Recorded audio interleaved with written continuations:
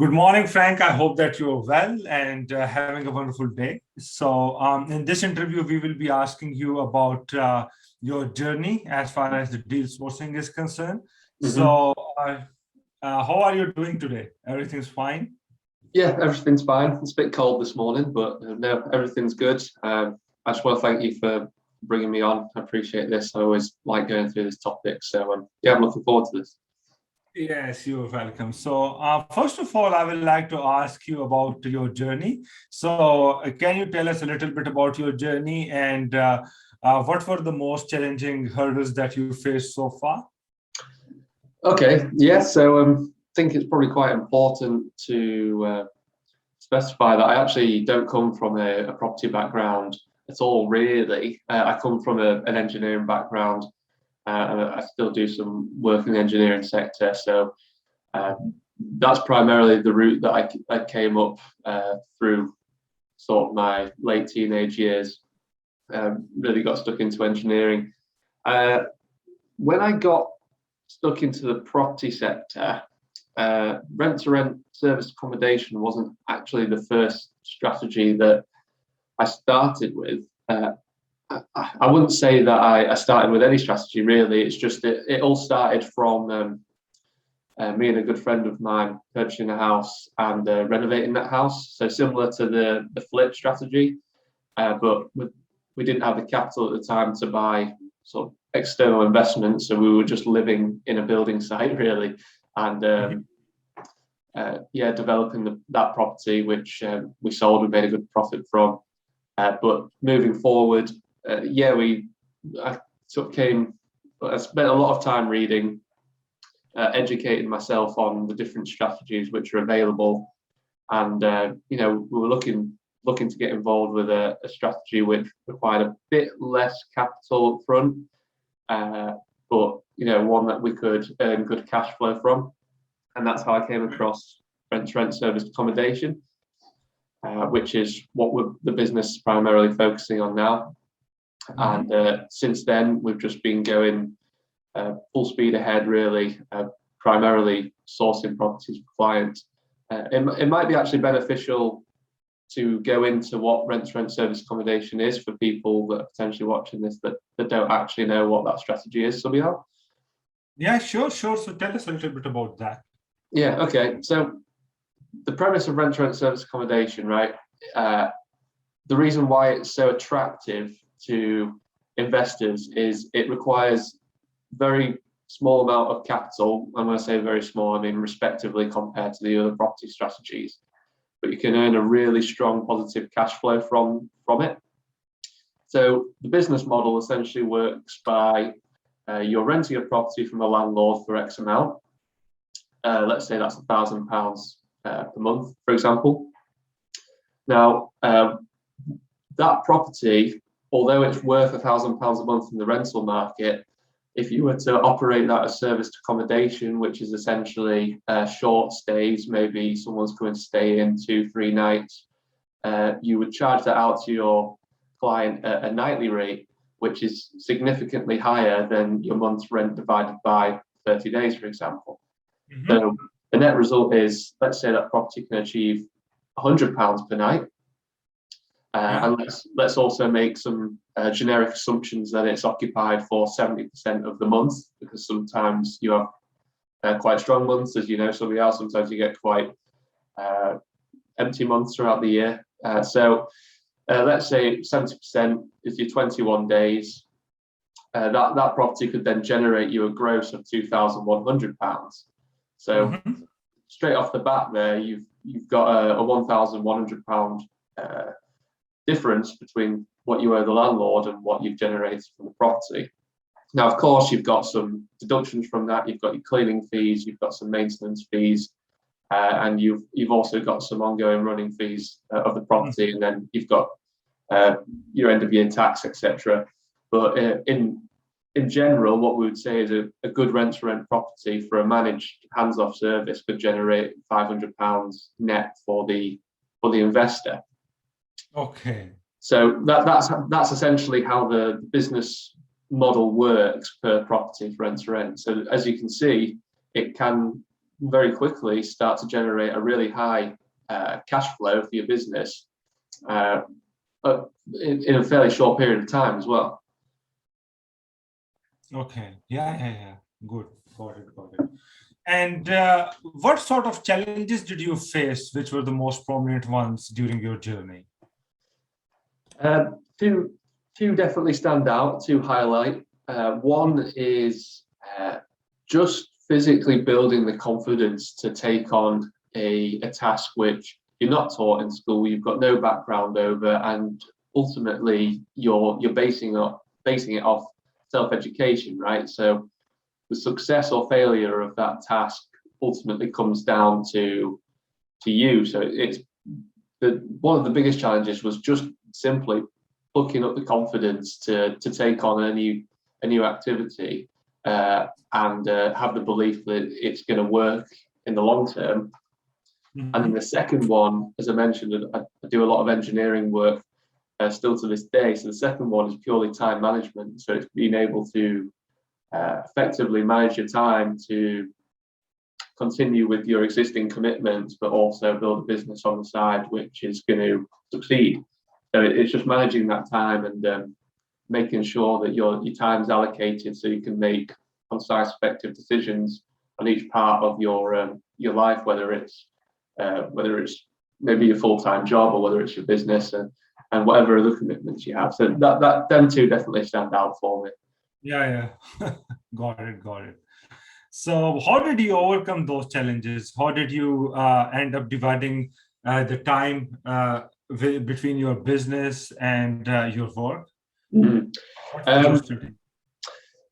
I've read quite a few books on the subject, and the book they're actually upstairs, but I don't have them by me now. But the literature that I've been reading are really good when it comes to how to focus correctly. Focus is a massive issue, I think, especially in the age of social media and the amount of distractions, especially if you're a work from home environment, which COVID-19 has put us all in.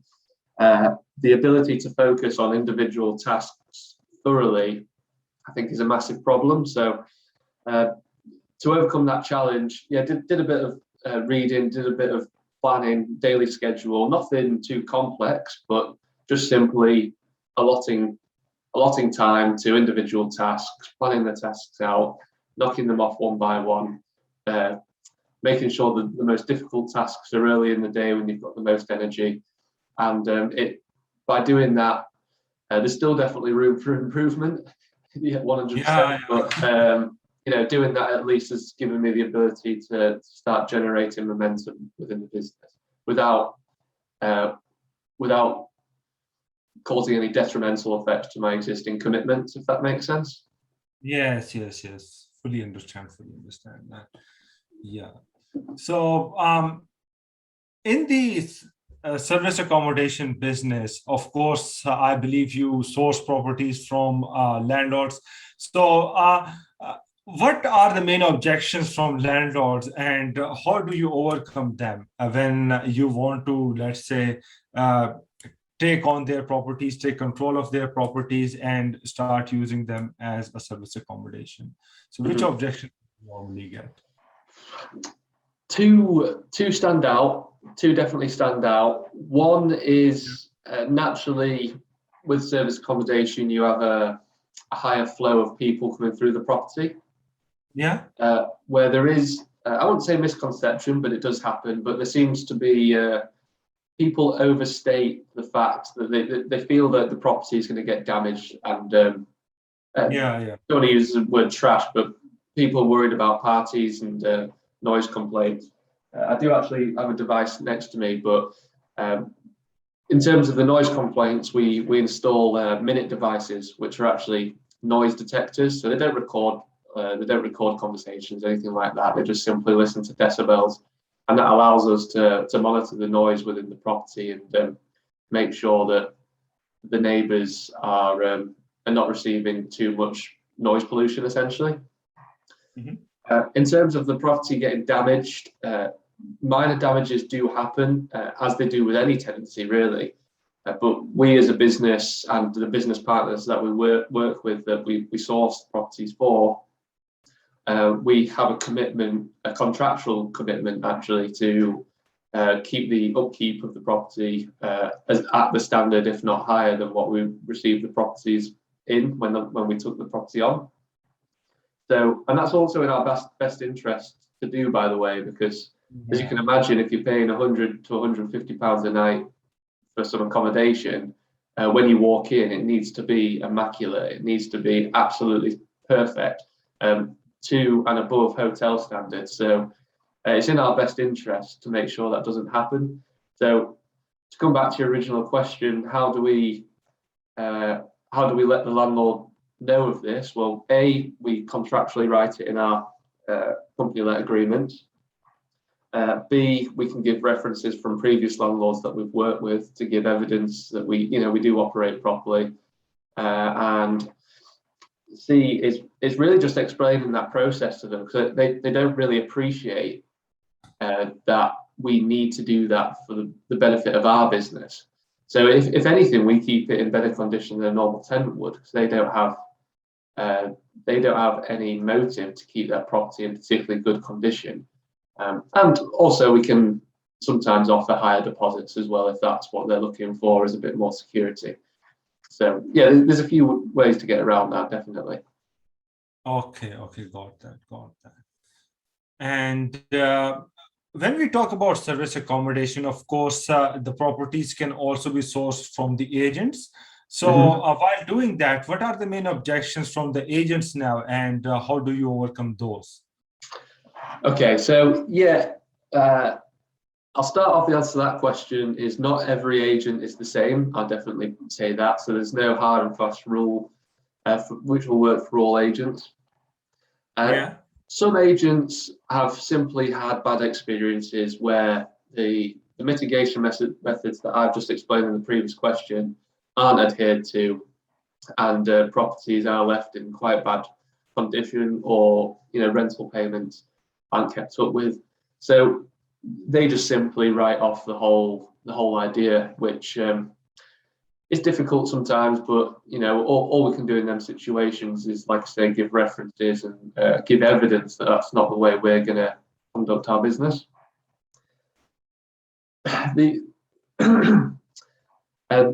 Let me just think about the question. I think agents at the moment have got such a busy, buoyant market. The market is so buoyant that in a lot of cases, they don't actually have too much objection to working with company lets. It's just they're getting such a large quantity of applicants for the properties. They want to move these properties as quickly as possible, that they're just picking up the first person who will make an offer. And at the moment, there's a lot of people making offers on properties without even going to see the properties. They're just making offers off photos even. So the market's moving so quickly that in a lot of cases, the agent would actually work with you. But by the time that you've got in contact with your investor, you've arranged for reviewing to get them down, you've run the numbers, made sure that the property is going to financially work for them, someone may have made an offer. So it's difficult. The way to get around that, of course, is just to make sure everything's done as quickly and efficiently as possible. But we also, on the contrary, we don't want to shove an investor into a property that we've not done our full checks on, because that's not ethically right as a sourcing company. So it's about building a relationship with estate agents. That's primarily how to succeed with estate agents, and they will give you that leeway if they believe that the service you're providing is going to work in the long term. Okay, I see. So how to precisely evaluate if a property is a good investment, and how to get enough certainty about its potential? So for example, we always get this sort of a mental dialogue that whether it will be a good investment or not, whether it will generate enough cash flow per month for the investors or not. So how do you get the certainty about that? Like, how is there any process which you follow to evaluate a property? Yeah, of course. Qualify it as a good investment? Yeah, so service accommodation primarily relies on location. The location is what will, well, there's a few things that will make a service accommodation unit thrive or die, but location is definitely one of them. So when we're assessing properties, we use online platforms and calendars to identify whether the location that let's say you found a unit in Leeds city centre, for example, we can use comparables already on the platforms to see how well they're booking, what their occupancy levels are, and that will sort of indicate whether that property is going to perform well from an occupation point of view.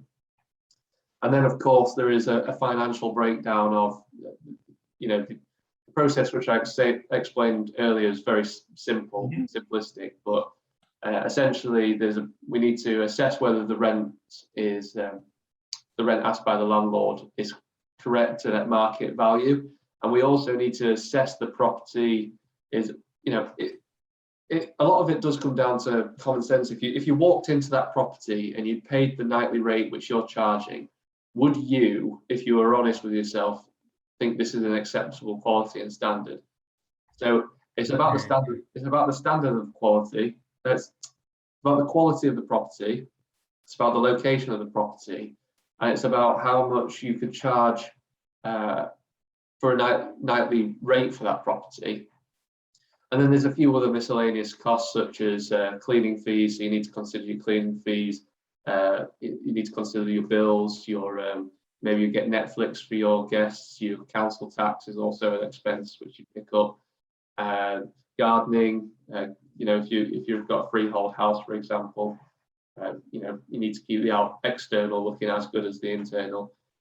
So all these factors need to be considered, and the business itself has an automated sheet really, which we put all this in, and it'll calculate, and whether that property is a good investment or not is actually the word good, right, differs from person to person, doesn't it? So yeah, exactly. So ultimately our investor will tell us what they're expecting, what their requirements are. So they will tell us what their definition of a good, strong monthly cash flow is, and then we source for that. So, if an investor was looking for £500, that's telling us that is what they would accept as a minimum net cash flow for the risk of the money they're putting forward. So we source that requirement very simply. If that's what they're looking for, we source for that requirement. If it doesn't meet that requirement, we may offer it anyway and say there is an opportunity here, it just doesn't quite meet your requirement. Are you still interested? If they are, great. If they're not, they're not. And we move on, really. Yeah, I see. No, very well done. Okay, I see. Yeah. And many people who want to start their own service accommodation business or just want to source deals for investors. Just to know it a little bit, like, for example, how to overcome this sort of a mental belief or to overcome this mental chatter, or self-limiting belief that, okay, fine, if I'm in one city, I can only source the deals from there and stuff like that. So is it possible to be in one city and source deals from another city, without meeting the agents and landlords physically? Yeah, absolutely. In fact, to this date, I've not taken on a property within my own personal city. Town, but 100%. A lot of the communication now is by the phone, via email, via Zoom. We do a lot of Zoom calls with our investors, but we often do a lot of phone calls really with estate agents and landlords explaining the process. So yeah, that is absolutely feasible. In fact, that's how the majority of sources within the business will operate, and it's just about building the confidence to speak with people over the phone, right? And it's about knowing your product, knowing the benefits of your product, understanding how that can benefit not only the landlord but the agent as well. And it's just about closing the deal from that point onwards, really. Okay, good. So, what is the process which you follow for sourcing the deals from start to finish? So, is there a stepwise process which you follow?